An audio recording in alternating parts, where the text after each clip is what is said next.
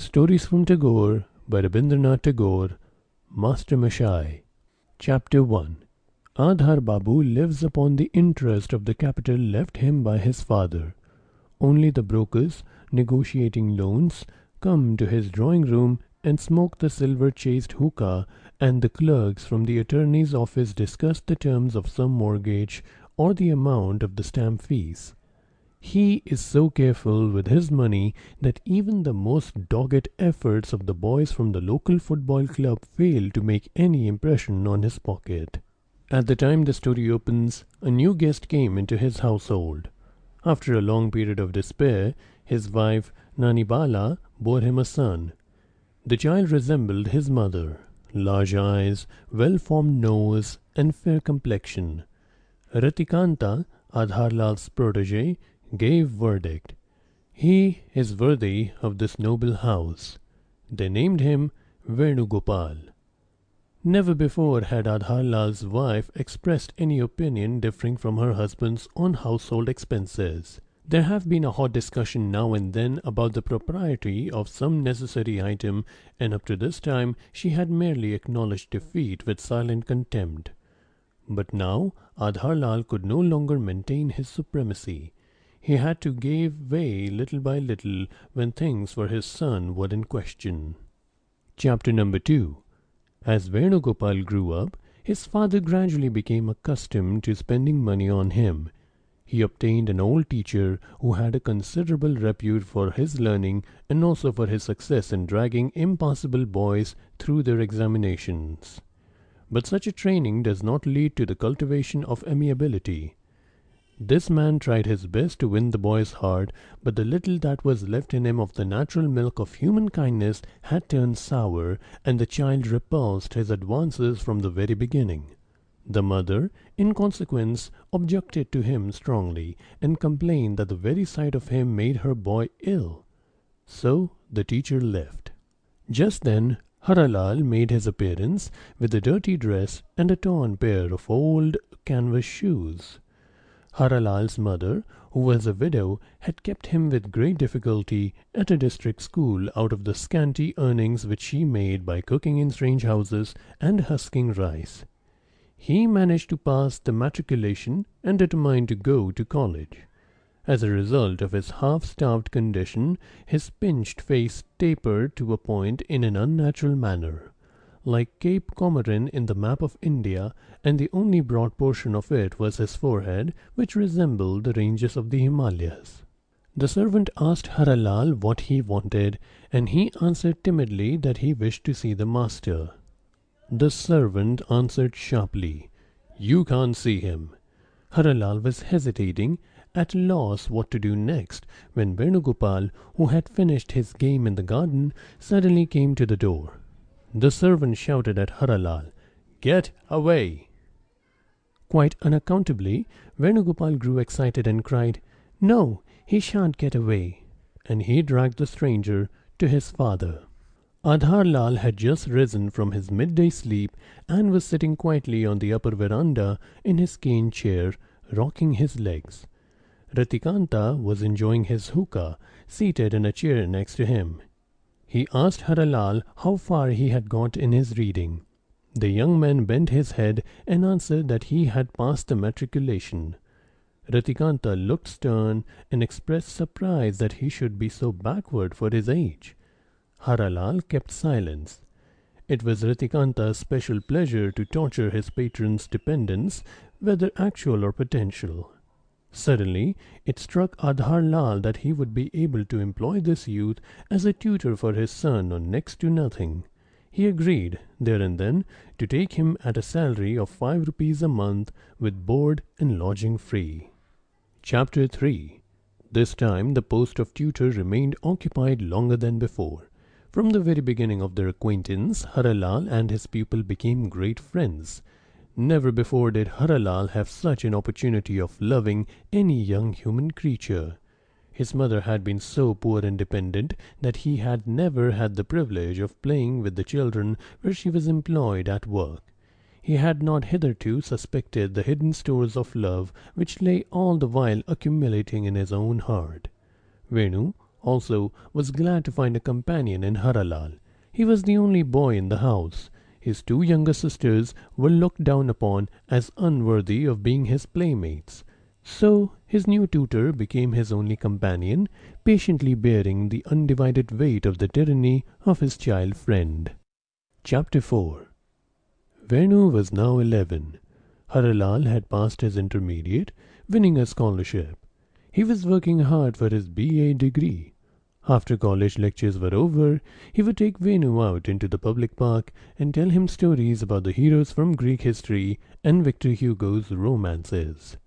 The child used to get quite impatient to run to Haralal after school hours, in spite of his mother's attempt to keep him by her side. This displeased Nanibala. She thought that it was a deep-laid plot of Haralal's to captivate her boy in order to prolong his own appointment. One day she talked to him from behind the parda. "It is your duty to teach my son only for an hour or two in the morning and evening. But why are you always with him? The child has nearly forgotten his own parents. You must understand that a man of your position is no fit companion for a boy belonging to this house."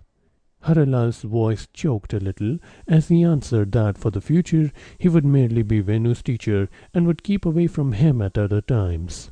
It was Haralal's usual practice to begin his college study early before dawn. The child would come to him directly after he had washed himself. There was a small pool in the garden, and they used to feed the fish in it with puffed rice.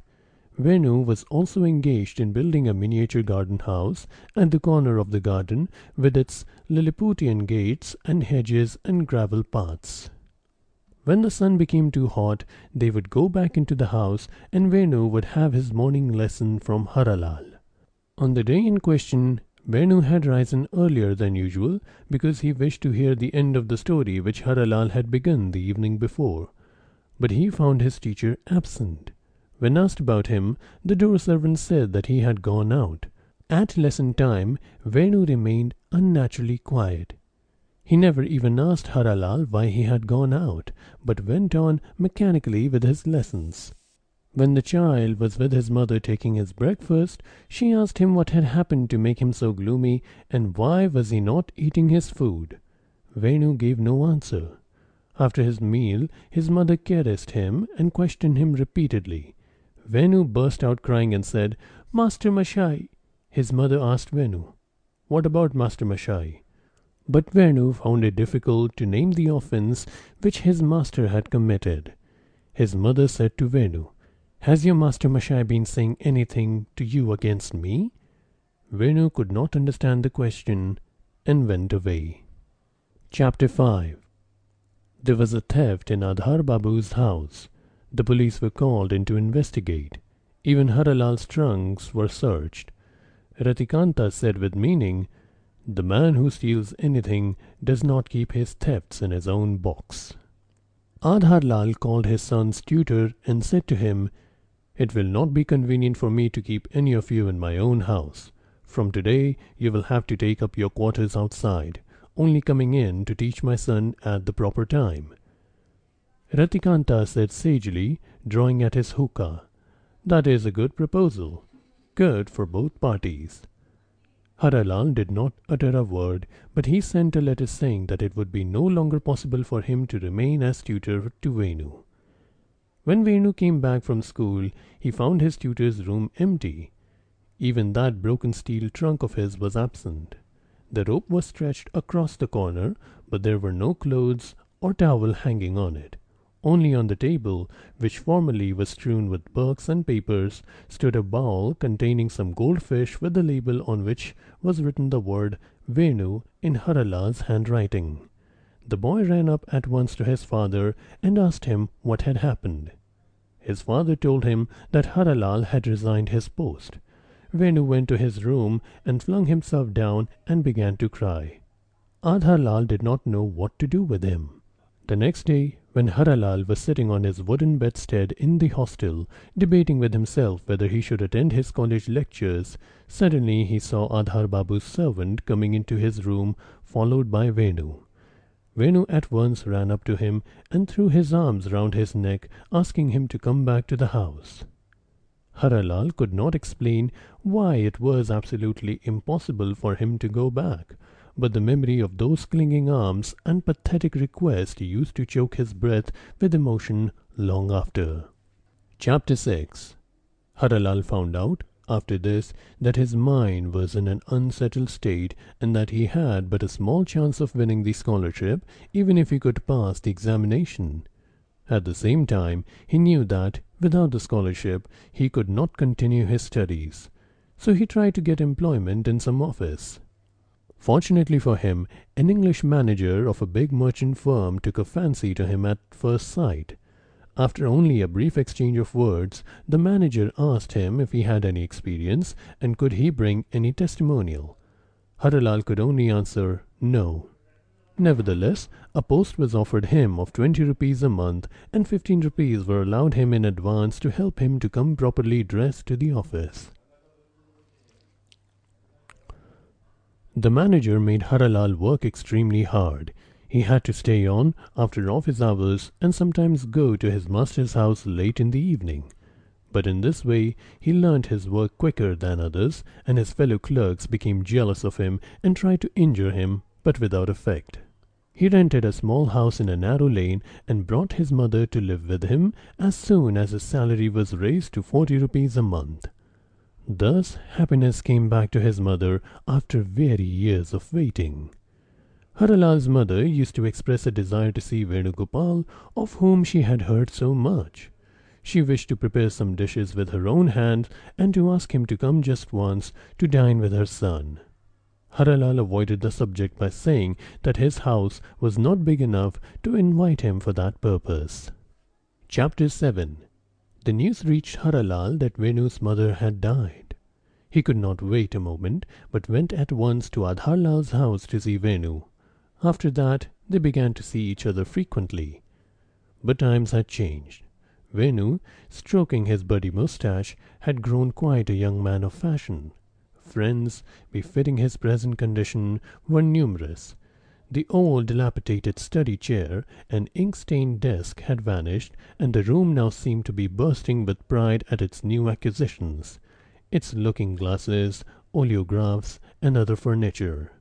Venu had entered college, but showed no haste in crossing the boundary of the intermediate examination. Haralal remembered his mother's request to invite Venu to dinner. After great hesitation, he did so. Venugopal, with his handsome face, at once won the mother's heart. But as soon as ever the meal was over, he became impatient to go, and looking at his gold watch, he explained that he had pressing engagements elsewhere. Then he jumped into his carriage, which was waiting at the door, and drove away. Haralal, with a sigh, said to himself that he would never invite him again. Chapter number 8. One day, on returning from office, Haralal noticed the presence of a man in the dark room on the ground floor of his house. Possibly he would have passed him by had not the heavy scent of some foreign perfume attracted his attention.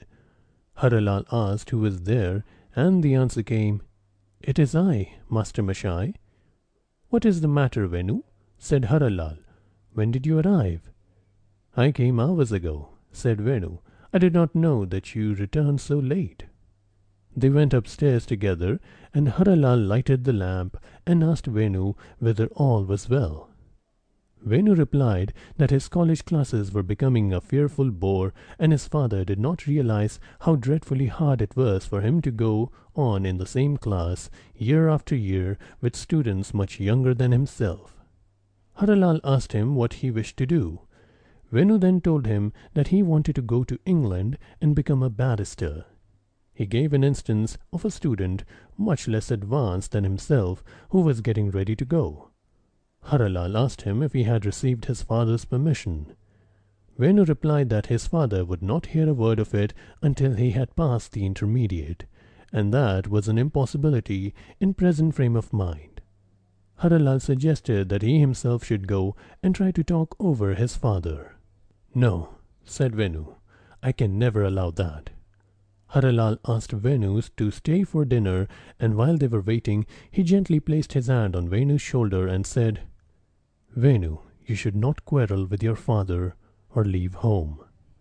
Venu jumped up angrily and said that if he was not welcome, he could go elsewhere. Haralal caught him by the hand and implored him not to go away without taking his food. But Venu snatched away his hand and was just leaving the room when Haralal's mother brought the food in on a tray. On seeing Venu about to leave, she pressed him to remain, and he did so with bad grace. While he was eating, the sound of a carriage stopping at the door was heard. First, a servant entered the room with creaking shoes, and then Adhar Babu himself. Venu's face became pale. The mother left the room as soon as she saw the strangers enter. Adhar Babu called out to Haralal in a voice thick with anger. "Ratikanta gave me full warning, but I could not believe that you had such devilish cunning hidden in you. So you think you're going to live upon Venu? This is a sheer kidnapping, and I shall prosecute you in the police court." Venu silently followed his father and went out of the house. Chapter 9. The firm to which Haralal belonged began to buy up large quantities of rice and dal from the country districts. To pay for this, Haralal had to take the cash every Saturday morning by the early train and disburse it. There were special centers where the brokers and middlemen would come with their receipts and accounts for settlement. Some discussion had taken place in the office about Haralal being entrusted with his work without any security, but the manager undertook all the responsibility and said that a security was not needed. This special work used to go on from the middle of December to the middle of April. Haralal would get back from it very late at night. One day, after his return, he was told by his mother that Venu had called and that she had persuaded him to take his dinner at their house. This happened more than once. The mother said that it was because Venu missed his own mother, and the tears came into her eyes as she spoke about it. One day, Venu waited for Haralal to return and had a long talk with him.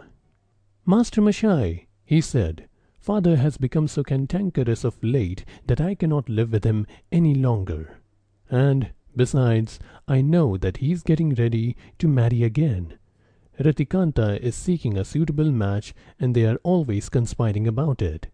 There used to be a time when my father would get anxious if I were absent from home even for a few hours.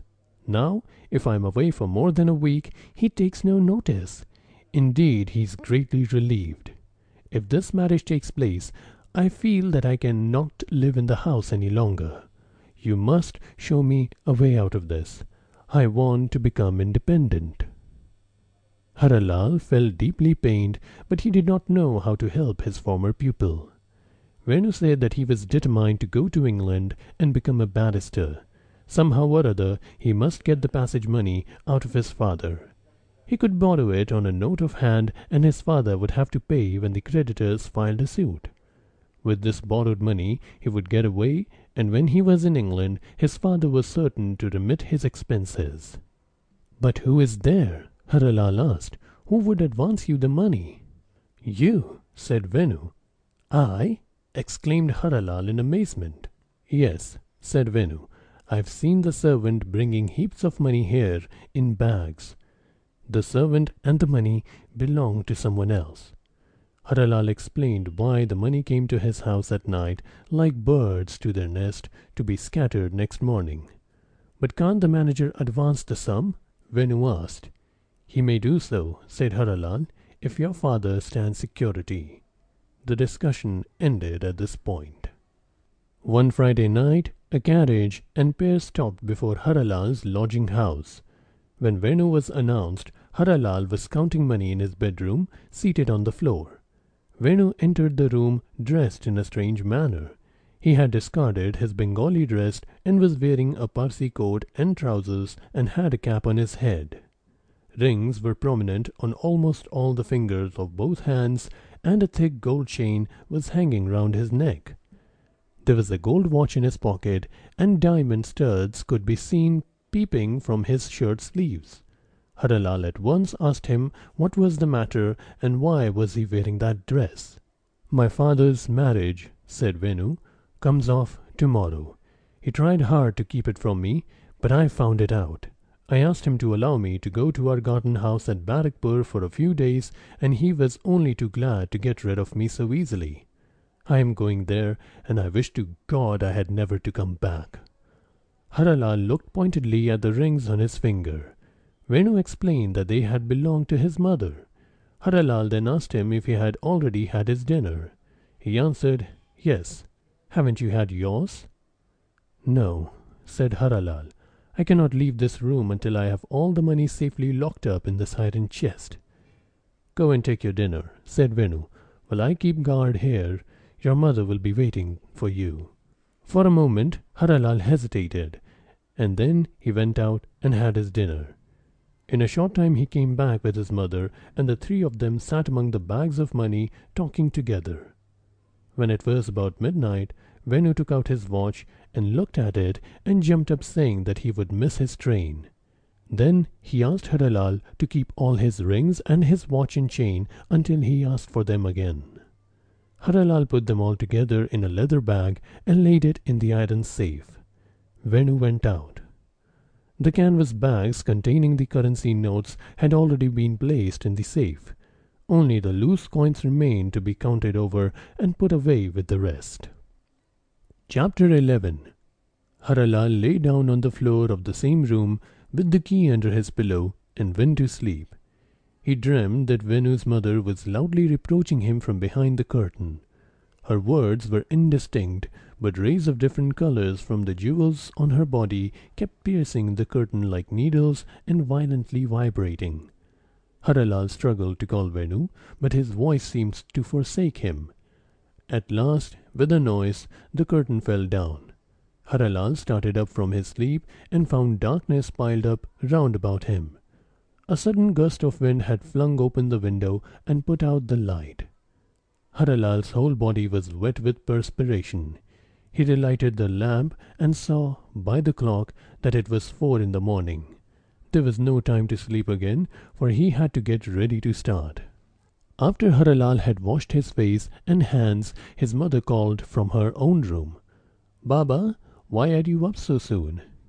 It was the habit of Haralal to see his mother's face the first thing in the morning in order to bring a blessing upon the day. His mother said to him, "I was dreaming that you were going out to bring back a bride for yourself." Haralal went to his own bedroom and began to take out the bags containing the silver and the currency notes. Suddenly, his heart stopped beating. 3 of the bags appeared to be empty. He knocked them against the iron safe, but this only proved his fears to be true. He opened them and shook them with all his might. 2 letters from Venu dropped out from one of the bags. One was addressed to his father, and one to Haralal. Haralal tore open his own letter and began reading. The words seemed to run into one another. He trimmed the lamp, but felt as if he could not understand what he read. Yet the purport of the letter was clear. Venu had taken 3,000 rupees in currency notes and had started for England. The steamer was to sail before daybreak that very morning. The letter ended with the words, "I am explaining everything in a letter to my father. He will pay off the debt, and then, again, my mother's ornaments, which I have left in your care, will more than cover the amount I have taken." Haralal locked up his room and hired a carriage and went with all the haste to the jetty. But he did not know even the name of the steamer which Venu had taken. He ran the whole length of the wharves from Princeps Ghat to Methyaburij. He found that 2 steamers had started on their voyage to England early that morning. It was impossible for him to know which one of them carried Venu or how to reach him. When Haralal got home, the sun was strong and the whole of Calcutta was awake. Everything before his eyes seemed blurred. He felt as if he were pushing against a fearful obstacle which was bodiless and without pity.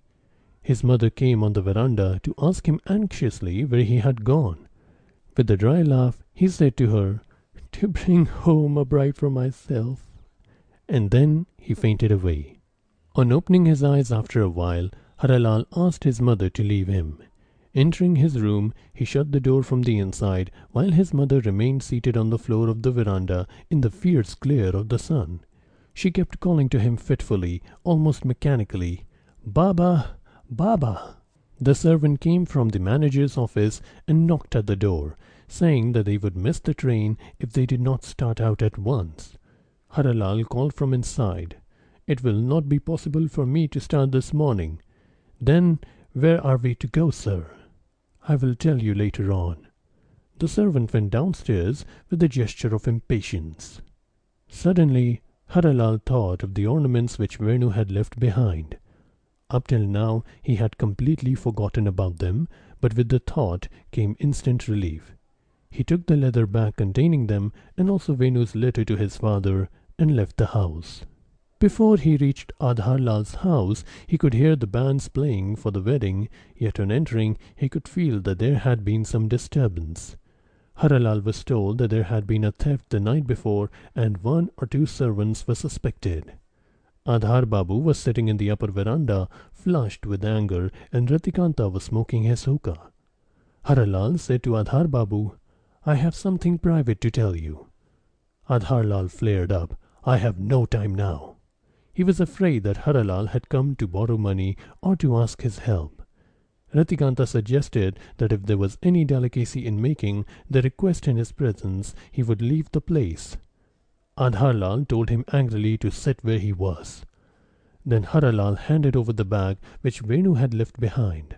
Adharlal asked what was inside it, and Haralal opened it and gave the contents into his hand. Then Adhar Babu said with a sneer, "It's a paying business that you two have started, you and your former pupil. You were certain that the stolen property would be traced, and so you came along with it to me to claim a reward." Haralal presented the letter which Venu had written to his father. This only made Adharlal all the more furious. "What's all this?" he shouted. "I'll call for the police. My son has not yet come of age, and you have smuggled him out of the country. I'll bet my soul you've lent him a few hundred rupees and then taken a note of hand for 3,000. But I am not going to be bound by this." "I never advanced him any money at all," said Haralal. "Then how did he find it?" said Adharlal. "Do you mean to tell me he broke open your safe and stole it?" Haralal stood silent. Ratikanta sarcastically remarked, "I don't believe this fellow ever set hands on as much as 3,000 rupees in his life." When Haralal left the house, he seemed to have lost the power of dreading anything or of even being anxious. His mind seemed to refuse to work. Directly he entered the lane, he saw a carriage waiting before his own lodging. For a moment he felt certain that it was Venu's. It was impossible to believe that his calamity could be so hopelessly final. Haralal went up quickly, but found an English assistant from the firm sitting inside the carriage. The man came out when he saw Haralal and took him by the hand and asked him, "Why didn't you go out by the train this morning?" The servant had told the manager his suspicions, and he had sent this man to find out. Haralal answered, "Notes to the amount of 3,000 rupees are missing." The man asked how that could have happened. Haralal remained silent. The man said to Haralal, "Let us go upstairs together and see where you keep your money." They went up to the room and counted the money and made a thorough search of the house. When the mother saw this, she could not contain herself any longer. She came out before the stranger and said, "Baba, what has happened?" He answered in broken Hindustani that some money had been stolen. "Stolen!" the mother cried. "Why, how could it be stolen? Who could do such a dastardly thing?" Haralal said to her, "Mother, don't say a word." The man collected the remainder of the money and told Haralal to come with him to the manager. The mother barred the way and said, "Sir, where are you taking my son? I have brought him up, starving and straining to do honest work. My son would never touch money belonging to others." The Englishman, not knowing Bengali, said, "Acha, acha."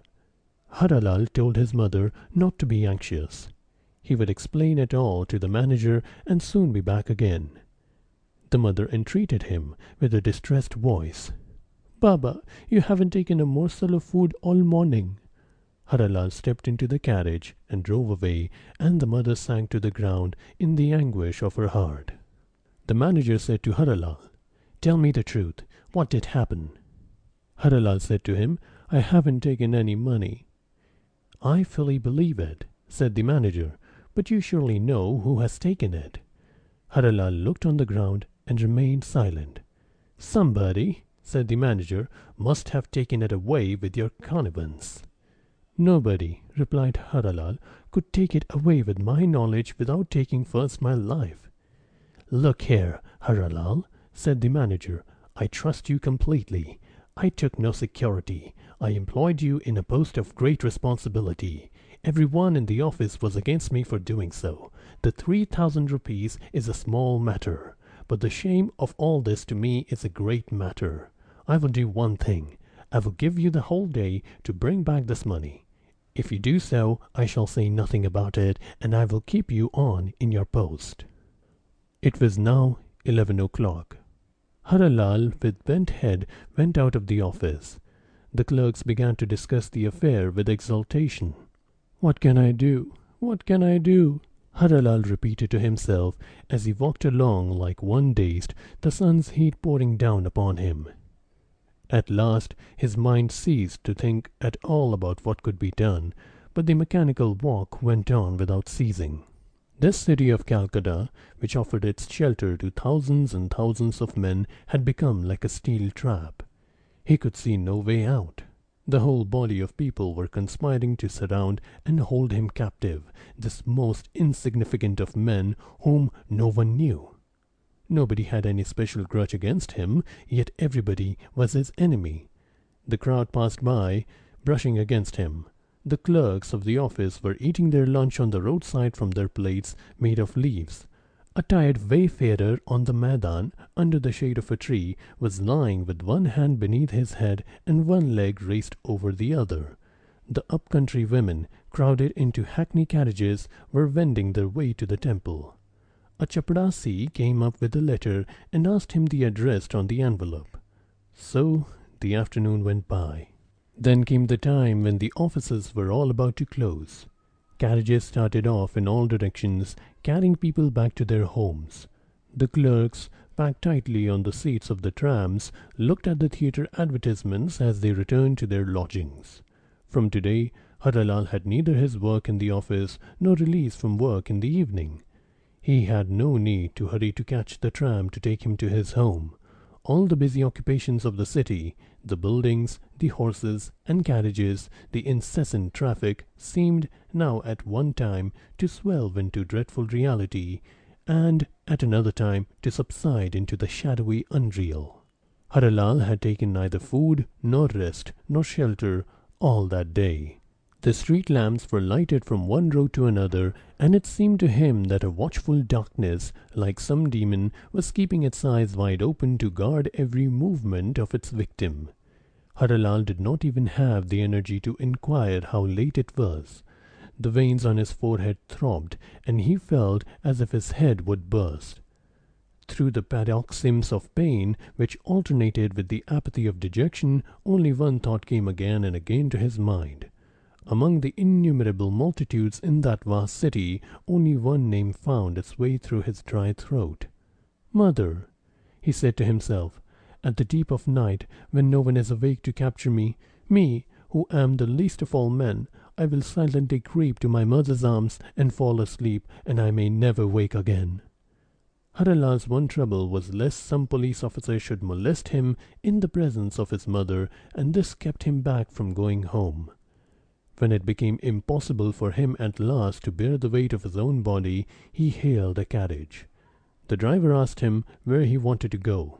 He said, "Nowhere. I want to drive across the Maidan to get the fresh air."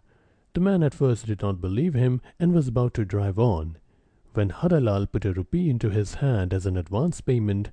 Thereupon the driver crossed and then recrossed the Maidan from one side to the other, traversing the different roads. Haralal laid his throbbing head on the side of the open window of the carriage and closed his eyes. Slowly all the pain abated. His body became cool. A deep and intense peace filled his heart, and a supreme deliverance seemed to embrace him on every side. It was not true. the dazed despair which threatened him with its grip of utter helplessness. It was not true. It was false. He knew now that it was only an empty fear of the mind. Deliverance was in the infinite sky, and there was no end to peace.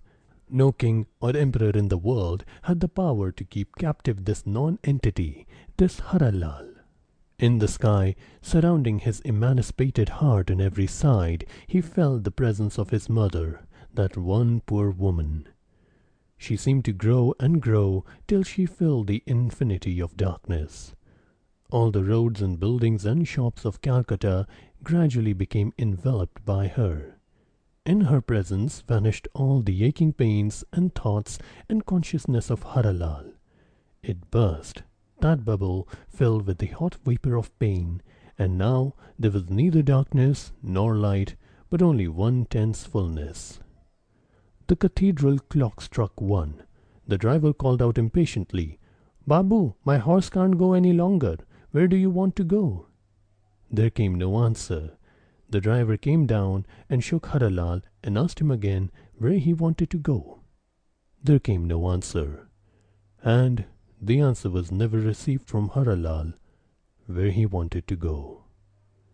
End of story number 5.